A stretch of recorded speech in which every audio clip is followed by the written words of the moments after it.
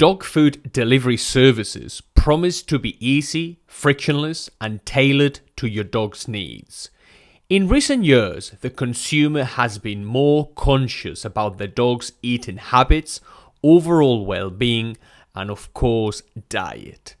Companies crafting dog foods with more natural ingredients have been springing up everywhere, offering an alternative to a lot of dry dog food companies where cereals, wheat, barley, vague ingredients such as natural flavors, animal fats, meat and animal derivatives, and even sugar are prevalent in the food. And yes, you would be surprised how many pet foods have sugar in them. The consumer has been reading ingredient lists for quite some time now, and they are paying a lot more attention to what their best friends eat and how they can optimize their diet. The modern pet is now classed as a full family member.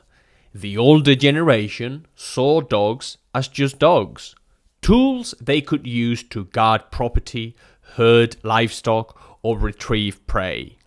They used to eat scraps or pure dog food and tended to sleep separate from the family. These days, most dogs are simply companions, and a new category of owner has emerged, the so-called dinks. Dinks are couples with double income and no kids.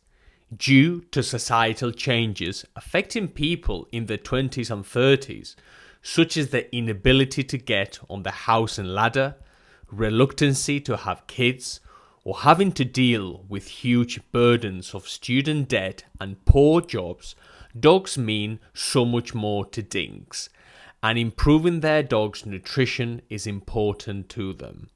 Furthermore, soaring vet bills and an exponential increase in allergies, gut issues, and other health problems in recent years have made people realize that there is a good chance that the food they feed their dogs is indeed the main culprit. Fresh dog food delivery companies promise pet parents better quality than kibble.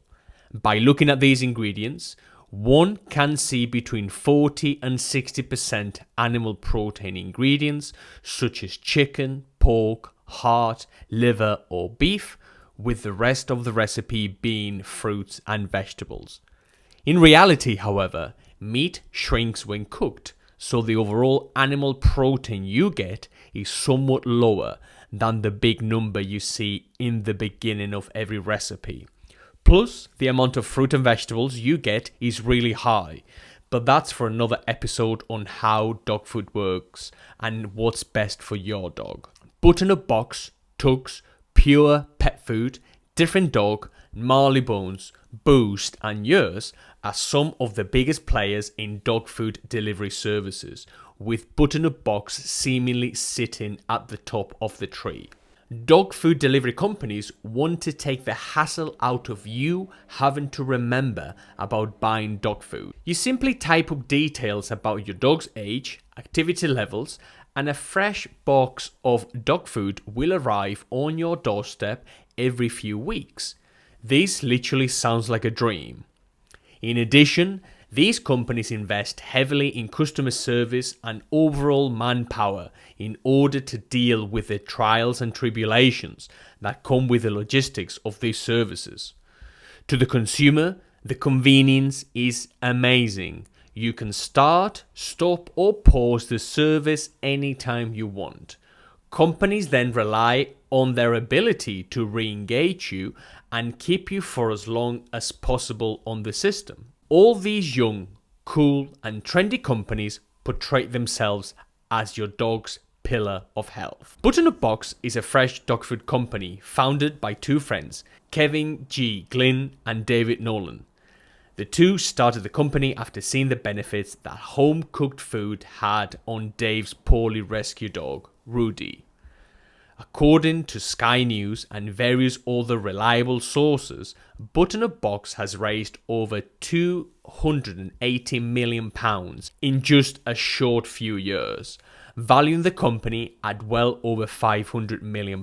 Although it has to be noted that private valuations aren't as reliable as public market valuations, where a company can fluctuate in price in real time due to investors buying and selling shares on the stock exchange every day.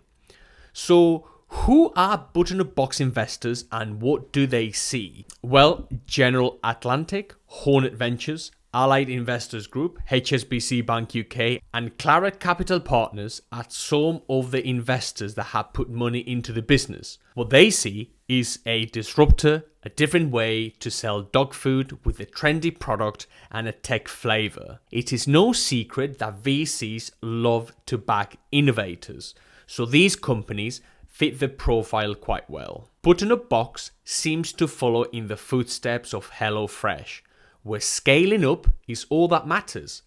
Acquiring Sea Buffet, Poland's #1 fresh dog food company in 2023. To give more context, this is the supermarket playbook.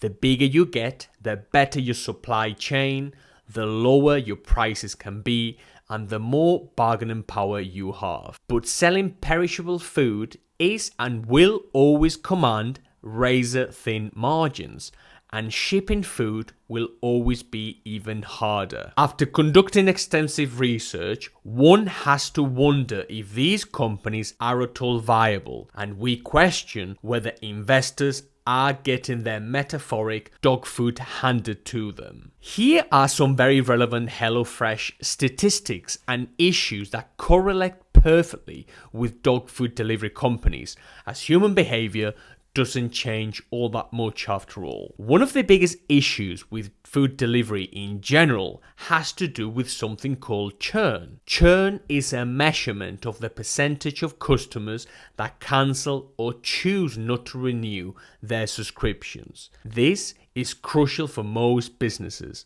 because acquiring new customers is a big expense, where one has to spend money on advertising in order to reel in new people. With HelloFresh, a publicly traded company and the biggest consumer food delivery service on the planet, 90% of people cancel their subscription within 12 months. That's a lot of churn. Dominic Richer, HelloFresh CEO and pioneer, said in an interview that for every $1 spent to acquire a new customer, it takes them 6 months to get that dollar back. That's a sobering statistic for any investor. Dog food churn is also massive, and I know this because we operate a chain of independent pet shops where customers come and go all the time, making it hard for them to stick to one particular food for a long period of time. Dogs are living beings. They fluctuate in weight, their food preferences change,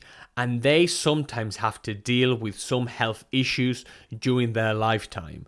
And a food change can literally be done after a vet visit or after your dog has turned up their nose at their food once or twice. The main difference between dog food delivery companies and most kibble companies is that the bulk of dog food shopping is still done in independent pet shops or big box retailers, such as Pets at Home. Salespeople at pet shops are trained to talk to customers about their pet's food, and to this day, talking to someone in person is a lot better than speaking to a very friendly customer service representative. On a side note, you should go and support your local pet shop. These are the people who have invested all their life savings into a dream. Aside from the food, customers also enjoy browsing for a new toy, a new bed, or treats for their doggy. This is something one cannot do with dog food delivery companies. In the case of Butternut Box, however, they announced on the 19th of April 2024 that, quote, "We teamed up with Pets at Home to bring fresh dog food to pet parents in more ways than work for them. And above all, we're most excited about spreading more health and more happiness to dogs and their humans everywhere." End quote. The trouble with this is that Pets at Home almost always push their own in-house foods, AVA and Wainwright's, by default, and actively try to convert people onto them. Furthermore, Pets at Home will of course want a slice of the pie, and that will eat into Butternut boxes' margins. Going back to churn, subscription dog food churn is even more painful, as customers can grow tired of price hikes, running out of food, or they simply wish to try something new. Butternut Box claims to have a tech-driven approach to their industry. Virtually all the companies in the space class themselves as cool, trendy startups akin to the tech companies in Silicon Valley. In reality, they deal with a very clunky, capital-intensive and energy-consuming product. What you see here is myself packing up a bag of food for illustration. When a customer places an order with us, the bag of food needs to be put in a box. I need to tape it, print a label for the courier, and then send it away for the customer to get it. This is a very capital intensive procedure. In the case of dog food delivery companies, they need to cook the food, box it up, label it, store and refrigerate it, and then send it away. This is a very capital intensive way of doing things. If you contrast this with a true tech company, once they recuperate their R&D cost, any additional sales fall straight to the bottom line. This is called operating leverage, because the more they sell, the more profitable they are. Dog food delivery companies do not work like that. If they want to grow, they have to dramatically increase their capital expenditures in order to make more money. This is the opposite of operating leverage. Going back to HelloFresh, it has sales of over $7.5 billion and has a working capital of minus $400,000 and a $2,400 free cash flow. And these are 2023 numbers, which are better than the 2022 numbers, where the company had massive losses. If you remember, it took HelloFresh 6 months to recuperate $1. For dog food delivery services, there are 65% off onboarding discounts, 20% for the first 2 boxes, 35%, etc., etc., plus Google ads and Facebook ads everywhere. They also do markets where reps try to onboard customers onto the product. This does 2 things: commoditizes the product and facilitates churn. If companies are willing to offer steep discounts to onboard you as a customer as a means to compete with each other, are they all that different after all? For a company to be unique, they need to be able to have some uniqueness about them. In business, this is called a business moat, where the business has to develop a moat around it, big enough to keep competitors at bay. By offering such aggressive discounts, these companies destroy the moats around their businesses. With all competitors employing the same strategy, they eat into each other's already puny margins. In order to address churn, however, these companies offer re-onboarding discounts to help people to use the service again. This makes people feel like they are overpaying for the service to start with. Otherwise, why would the business offer these discounts in the first place? 65% off, 30% off, 20% off, etc., etc. Dog food margins do not grant such reckless customer acquisition costs. In many cases, the lifetime customer value will not cover the customer acquisition cost. And for a successful business, the customer acquisition cost needs to be smaller than the lifetime customer value, not the other way around. This is unsustainable, and it's the investing equivalent of carrying an ice cube in your hand. Your return on capital has to exceed your cost of capital at some point. But where is that point though? Well, if we go back to the HelloFresh analogy, well, Blue Apron, another company in the space, went private after it almost got delisted from the NYSE. HelloFresh are down 95% plus from their highs. Gusto over 80%, and so on. I wonder if investors are thinking, if their pounds would be better invested in literally anything else with some yield. But who will the first to fall? They cannot all sustain these massive losses. So far, the only ones who have made money from these companies are the exiting shareholders. With each round they finalize, the perceived valuation of the business increases, providing a pyramid-like scheme whereby one investor gets in because they think they are going to get bought out at a higher price, not because they see the value of the business increase intrinsically whilst they hold the investment. As we have already discussed, these businesses do not have a profitable business model to begin with. They rely on the investors' money to keep going, not the base profitability of the business. This is a very similar playbook to Uber's playbook, where early rides were subsidized by investors. But now the company needs to make its own money and investors are no longer capitalizing the business. This is a ticking time bomb for all of these companies.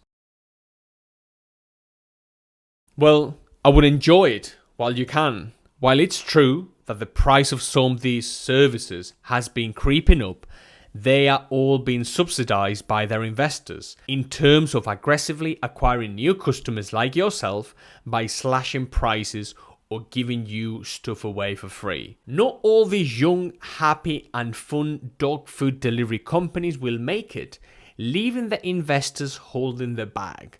And they will end up holding the bag because they failed to understand the simple unit economics of a very simple business.